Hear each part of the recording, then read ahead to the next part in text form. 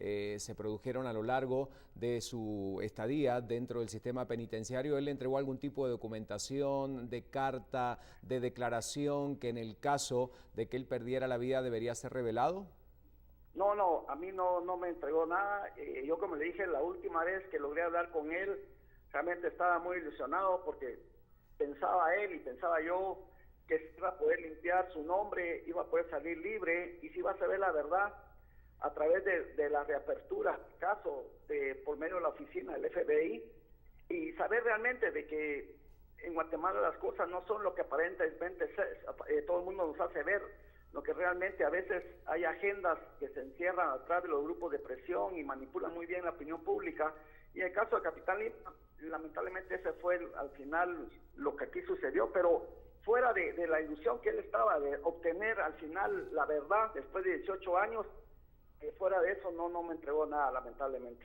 Bueno, muchas gracias, Moisés Galindo, abogado de Byron Lima, quien está vía telefónica platicando con nosotros. Y la pregunta es si va a permitir la muerte de Byron Lima lograr una reforma del sistema, porque muchos opinan, analistas dicen que quizás la muerte de él permita entonces que se pueda reformar y entrar de lleno a este tema, pero no sé si ustedes están de acuerdo con eso. Yo no coincido con esa tesis. ¿Por qué? No, yo no coincido con esa tesis. Mire, ¿cuántos Byron Lima han muerto en la cárcel? Porque él es uno más de los que ha muerto. El sistema penitenciario tiene 350% en términos generales de hacinamiento. El sistema penitenciario tiene 22 cárceles.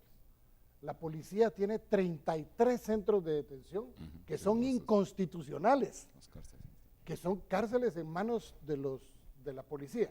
La cárcel de Quetzaltenango, por ejemplo, el preventivo de Quetzaltenango lo cuidan los chontes. Y eso es una cárcel ilegal. Aquí el tema es que no han querido hacerle entrada a armar un sistema penitenciario.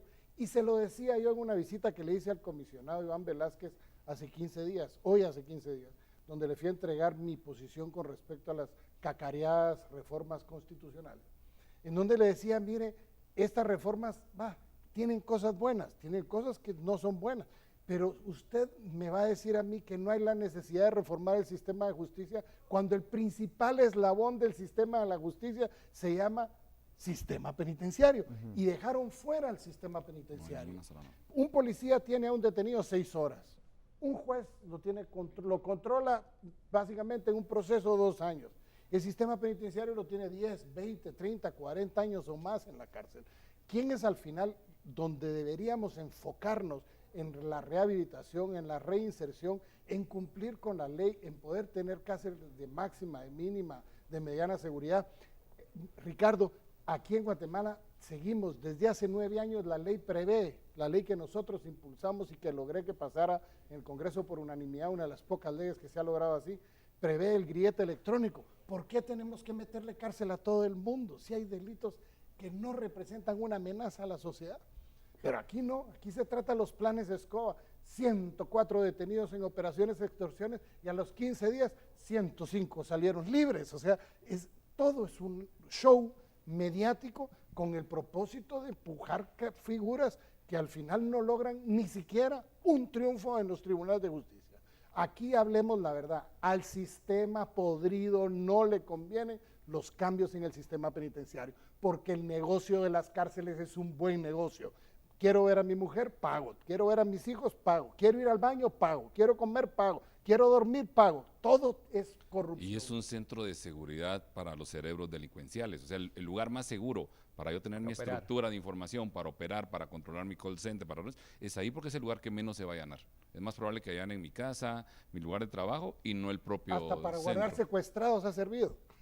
María René, hay varios temas esta mañana hablando de hipótesis, hablando de teorías, de lo que hay detrás del plan para asesinar, para eliminar a Byron Lima. ¿Qué tienes vos al respecto? Te escuchamos. Bueno, no, sí, precisamente creo yo que están las dudas en la población guatemalteca de lo que realmente ocurre ayer, y bien lo mencionaba el doctor Yamatei respecto a la claridad que vamos a tener que tener en las siguientes semanas respecto a lo que ocurría ayer en Pavón. Y precisamente el amotinamiento y el asesinato de Byron Lima, el frente que abre a muchísimos otros casos de impacto en el país, a otros casos también históricos muy sonados en Guatemala. Entonces, la pregunta es, de las hipótesis que se están manejando al momento, porque son varias, por ejemplo, se habla de que pudo haber sido ejecutado por rivalidades que existían entre mareros, que querían también tener el control del centro penitenciario, porque bien se ha dicho que Byron Lima, uno de los reos más poderosos del país, tenía el control de los centros carcelarios, pero también se hace énfasis en otra teoría, y esta teoría surge quizás hace una semana, de que él estuviese atrás de los planes para asesinar o ejecutar a la fiscal Telma Aldana, al comisionado de la CICIG Iván Velázquez, y precisamente hoy el editorial del periódico José Rubén Zamora hace referencia a eso, en decir, ¿quién querría tener a Byron Lima muerto? Y dice, el poder paralelo, así lo está llamando él. Correcto. ¿Qué decimos de esa hipótesis? Bueno, definitivamente yo, por la experiencia penal, descartaría de entrada el caso del denominado narcotraficante, el taquero.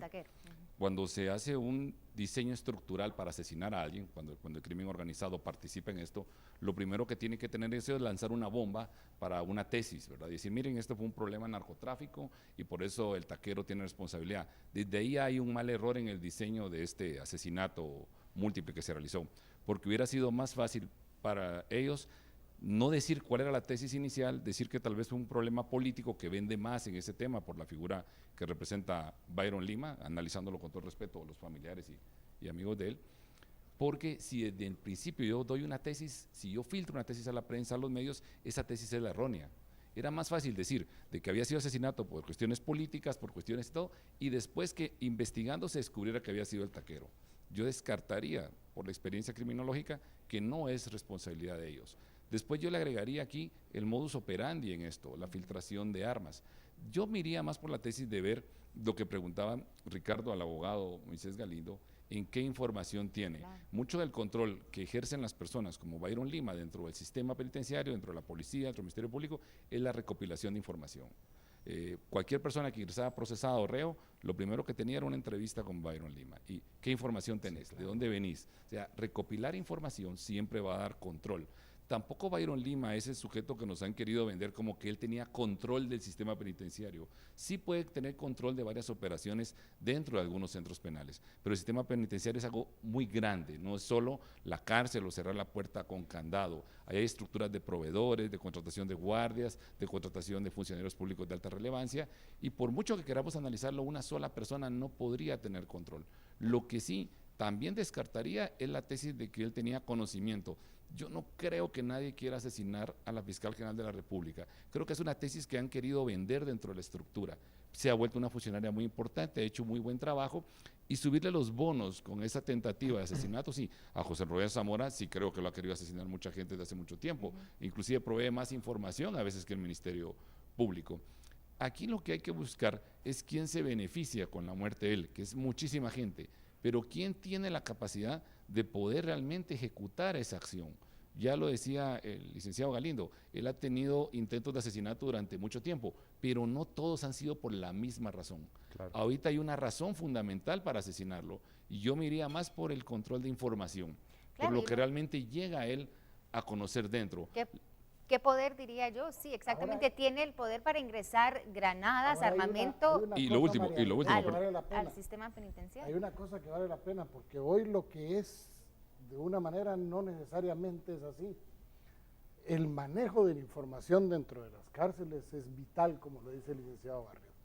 Incluso el manejo de la información de hechos en los que hoy autoridades que son vistas como grandes figuras, que incluso se van del país y desaparecen por semanas, es el pasado de esas personas es manejado dentro del sistema penitenciario con sus respectivas colas. Y hay personas a las que hoy le conviene que esta gente desaparezca, porque supuestamente es una manera de ocultar pasados. Hay muchísima gente de las que hoy están en la picota, pero que esto va a traer, por eso les digo yo me temo que el Ministerio Público nunca nos va a decir la verdad. Esa era la otra pregunta, y lo que se dicen los guatemaltecos, ¿será este otro de esos casos que quedarán impunes y a los que no se va a resolver? Le van a echar el muerto a un taquero que tiene ya 800 años de prisión, sí, que probablemente fue el que si a usted la condenan a 800 años, le dan $1.000.000 seguro mata a cualquiera. Porque en total, ¿qué va a perder? Y que de beneficio lo trasladan a un lugar donde Y va a que de estar... beneficio lo pasan a un lugar donde va a estar tranquilo, casi que amor, sexo y playa. O sea, ese no es el problema. El problema es quién ordenó la muerte. Eso es lo que no nos quieren decir. Y ayer la posición del ministro de Gobernación es aberrante. En cuanto sale diciendo, fue el taquero, ya está. No, señor, ese no es el autor intelectual.